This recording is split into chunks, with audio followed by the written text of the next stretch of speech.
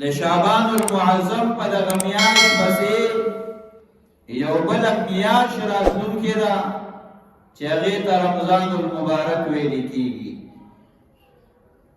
اوس دغه رمضان المبارک میاشت دا دومره اهمیت او فضیلت لري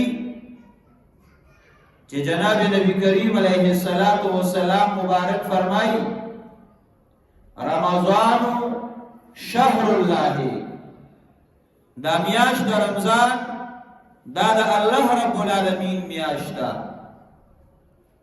حالانکه دا ټول میاشت دا د الله رب العالمین دی او جناب نبی کریم علیه السلام مبارک دا د رمضان المبارک دا میاشت بالخصوص دا الله رب العالمین میاشت بیان کړی ده. دا ولی فرمائی پر رمضان المبارک کې یو عمل کیږي چې هغه ته روزه وي او الله رب العالمین فرمائی الصوم لی، الله وی روزه خاص زما لپاره ده. نو پر رمضان المبارک کې یو داسې عمل کیږي چې الله وی دا خاص زما لپاره دی. نو چې دا عمل پر رمضان المبارک کې کیږي چې هغه خاص د الله رب العالمین لپاره دی، جناب نبی کریم علیه السلام مبارک فرمایي چې دا میاشت د رمضان دام د الله پاک میاشت ده. دا د دې اهمیت بیانې، د دې عظمت او قدر او قیمت بیانې. د دې وجنا د جناب نبی کریم علیه السلام مبارک پر روایاتو کې داسې راغلي دي چې دا رمضان المبارک سید الشهور دی، دا د نور میاشتو سردار ده. نو دا د رمضان المبارک میاشت دا لوی اهمیت لري.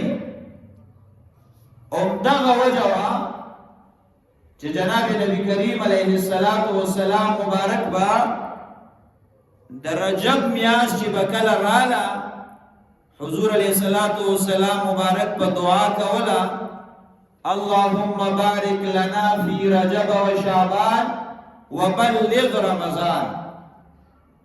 یا الله پاکا موږ له رجب او شعبان په دې میاشتو کې برکت نازل کی او الله رمضان المبارک ته موږ ورسې. د رمضان المبارک د میاشت او موقع د دې د حصول د پاره جناب نبی کریم علیه السلام مبارک وړاندې به دعاګانې وغوښتلې او د جناب نبی کریم علیه السلام مبارک په دغه دعاګانو کې یو دا دعا نقل ده اللهم سلمني لرمضان، الله پاکا ما سالم کې ما پوره ولري د رمضان المبارک د پاره. او بیا به جناب نبی کریم علیه السلام مبارک دعا کولا وسلم رمضان لی، الله پاک دا رمضانم پوره ما ته اوس پاره، الله دا رمضانم پوره ما ته نصیب کې. او بیا به جناب نبی کریم علیه السلام مبارک دعا کولا وسلمه لی متقبلا، الله دا رمضان المبارک دا میاش دا ما ته پوره حاصله کی په داسې حال کې چې دا زمانہ قبول کړی شوی. نو ګوره جناب نبی کریم علیه السلام مبارک دا الله نه دعا کوي چې الله دا رمضان المبارک دا میاش ته مو ورسې دا موږ ته حاصله کی. بیا دعا کی چې الله پاکا مونگا رمضان المبارک تا پورا باندې ورسې. دغه رمضان المبارک مونږ ته پورا نصیب کې او بیا یې داسې نصیب کې چې زمونږ نه دغه میاشت دا قبول کړي شوي، د دې اعمال زمونږ نه قبول کړي شوي.